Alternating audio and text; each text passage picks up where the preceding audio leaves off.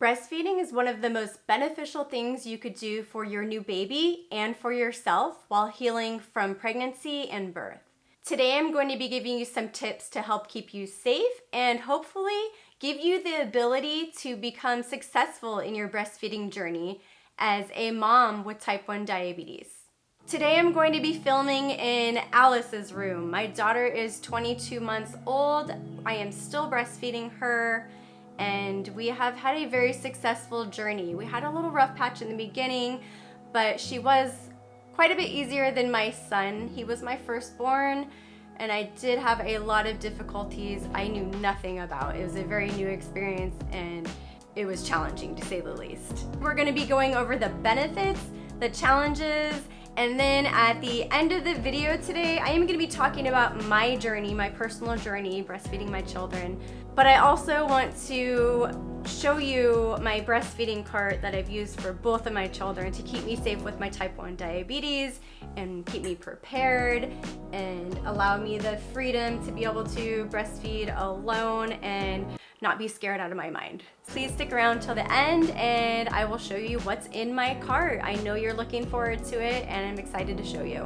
So this is not to shame anyone. I know there are individuals out there that have had problems with breastfeeding and have not been successful, but this portion of the video is just gonna focus on the benefits of breastfeeding. So like I said, no shaming, but this is why it's great for you and your baby. All right, so we're just gonna start off with breastfeeding saves time. So much time. It takes a lot of your time, but think of all of that time that you would spend mixing the formula, cleaning the dishes from the bottles. It also saves money. Think of the cost of formula. I'm not sure how much a can of formula costs. I know there's different sizes, but I know it is pricey. There are many health benefits for baby and mom. I know for babies, it improves their immunity. They have less ear infections, better dental health, fewer allergies. Moms who breastfeed have less risk of breast cancer later in life, along with other health issues. Babies who are breastfed are more likely to reach their full IQ potential. I'm not saying they are smarter, but they do have a greater chance in reaching their full IQ. Bonding. This was a big one for me. As a mom, you are literally attached to your baby, and it can be exhausting and overwhelming, and you will lose all of your freedom, but the bonding makes up for that all. It is amazing. This is actually an interesting fact I just learned a few days ago. So babies often say dada before mama. Both of mine said mama first, so I don't know if that is an exception, but I've heard babies are more likely to say dada before mama. This is because babies up to 6 months old do not realize that they are separate from their mother. They're with their mom so much and attached to them so much that they don't even realize they're separate. So their father is the closest person that is separate from them that they build a bond with. And that's why they say dada first. Here are the challenges. I want to say dangers, but it sounds so scary, but it can be scary, so I'm just gonna say it. Here are the dangers of breastfeeding as a type 1 diabetic. Your blood sugars will change. And by change, I mean drastically drop. You will notice after you have a child, right after you give birth, your numbers will tank. You will drop. So the same thing happens when your milk supply comes in. It takes a lot of glucose from your body to produce breast milk. So your blood sugars will drop and you will need to adjust your insulin. I was taking very little insulin when I was first trying to build my supply for both of my children. I remember I was hardly taking any and I still had to snack so much. So I'm not a big snacker with my regimen, the way I control my diabetes, but while breastfeeding, I always have snacks nearby and I'm constantly eating glucose snacks, anything to keep me stable. Also, your appetite is going to increase a lot, so you will want to snack to keep your energy up. But I want to make this clear, you do not need a certain amount of glucose to produce breast milk. You need glucose to stabilize your low blood sugar, but From all the studies I've read, you do not need to eat an excessive amount of glucose to produce breast milk. I had no problem with it. I was on a low carb diet during my pregnancy. My carbs did go up a little bit while breastfeeding. Like I talked about, I snacked more, but I still chose lower carb snacks. So with those low blood sugars, please make sure you have snacks nearby at all times. Liquid glucose is very fast acting. Also, a glucagon kit is a great idea. Make sure whoever lives with you knows where that is and can access it very quickly if needed. So another danger of breastfeeding with type 1 diabetes is it can be exhausting. While breastfeeding, you produce a hormone called oxytocin, and this makes you tired. It makes you sleepy. It makes you want to sleep constantly. You're going to be laying with your baby a lot, and you're going to be falling asleep with him or her. So make sure you have all of your supplies nearby, anything you think you might need. Make sure you have your pump charged. It's going to be harder to pay attention to your pump alerts and your Dexcom alerts and stay on top of your site changes, but you need to do this. You need to make yourself a priority to be able to take care of your baby.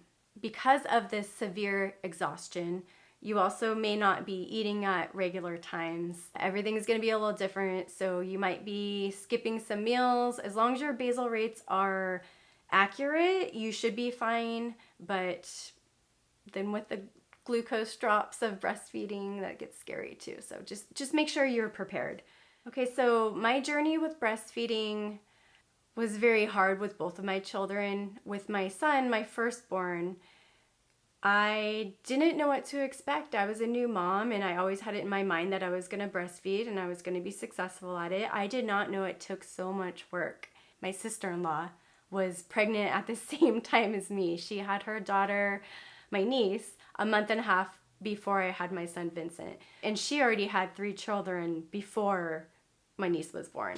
So she has 4 kids experience. Any question I had, I called her or I texted her, and I had a lot of support from her. I could not have done it without her. Please know that there are lactation consultants. Your hospital should be giving you numbers and addresses to the centers you can go to receive help if you have any questions.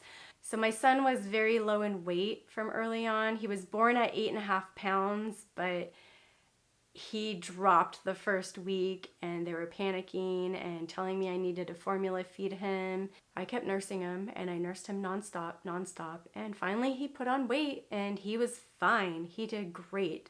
With my daughter, Alice, she was born at 7 pounds, 11 ounces, but she never dropped weight like Vincent did. She was always on the lower end of the spectrum for weight. Our babies are just smaller. We're not big people. So I tried to remember that going through the pediatrician's advice. Even though they recommended supplementing with formula with both children, I stuck to breastfeeding. With Alice, I stuck to my guns a little bit more. It was easier to stay firm with it and say, no, I got this, and not worry about it. She did have a lip tie and a tongue tie, and I was going to go through the process of getting that removed, lasered, but we decided against it, and she did fine. I know with type 1 diabetes, a lot of times they warn you that your milk supply won't come in as early as a non-diabetic person. I never ran into this problem. With Vincent, my milk came in right when we were leaving the hospital. I think we were there for, after I had him, 48 hours. With Alice, I think they even let me go a little bit earlier. By nightfall, after that, the day they let us go, my full supply came in and I was good. Both of my children took a lot to breastfeed. And like I said, Alice, I'm still nursing. She's 22 months old. And if we can keep her busy, she stays away from it a little bit longer. But I've always decided to nurse on demand because I feel like that is the most beneficial. If they're hungry or thirsty or need comforting, I'm here for them. I don't want to schedule it for them. Scheduling it probably would be better on my blood sugars because I know when I'm going to nurse her next, maybe I could cut back on insulin a little bit or eat a snack beforehand, but that's just not the way I wanted to do things. So I found what worked for me, and what worked for me is just making sure I always had a snack while I was nursing and I had glucose available, and that kept me safe. Okay, so here is my cart I always had by the rocker I nursed in. And I know a lot of moms do this, the breastfeeding cart. So this is pretty much the same thing, but a type 1 diabetic version of it. I don't have things that some other people might have on theirs. I did not pump milk very often. I tried to, but I just had a really hard time with it. But I do have my pump here. Pump charger, milk container, flange. Make sure you drink lots of water while breastfeeding, especially with type 1 diabetes. You can become dehydrated from nursing, from high blood sugars.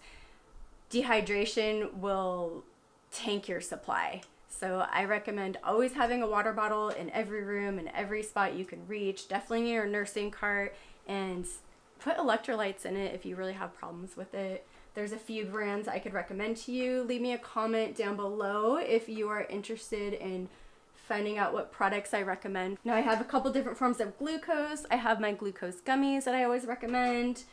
I have a liquid glucose and also my glucagon emergency kit for low blood sugars. Now, this isn't something that I would give myself because this is needed in very extreme emergencies with low blood sugars. But I have this here in case I go really low and someone's home with me. I could call them and they could give this to me, or if I pass out and they see that, they could give this to me. Hopefully that doesn't happen if you keep yourself safe with your gummies and your Dexcom and your snacks. Some Kirkland brand water wipes. These are good for everything. Spit ups, just anything you get on yourself, spilling liquid glucose, anything. A couple of the pump kits I always recommend for pump site changes. I know it doesn't really make sense to have that there because if you're holding a newborn, how are you going to change your pump site? But if you can't do it on your own, you could at least call for help and someone could come help you do that. Your significant other or maybe an older child or someone that is with you at the time. Dexcom sensor.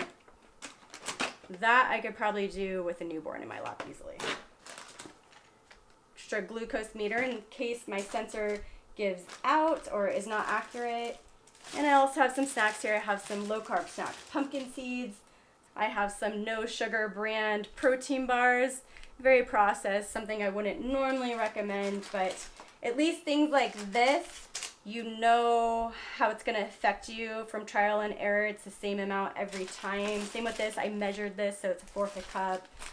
And some jerky sticks here, chomps. These are great, no sugar. On the lowest level, I like to put my chargers down here. I have a phone charger, my pump chargers in there.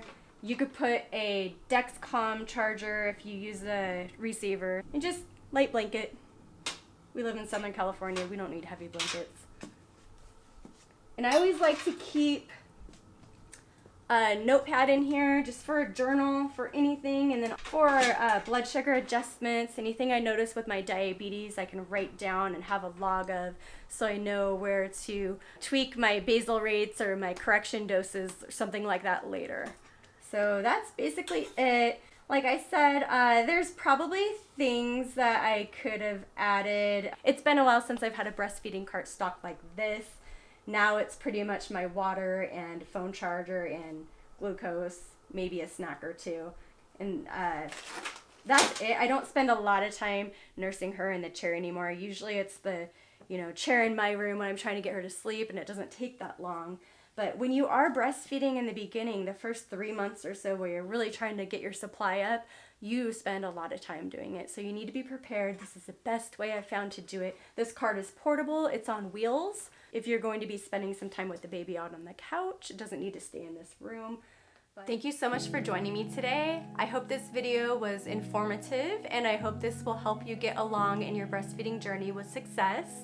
Please let me know if you have any questions down in the comments below. Don't forget to like and subscribe, and I will see you in the next video.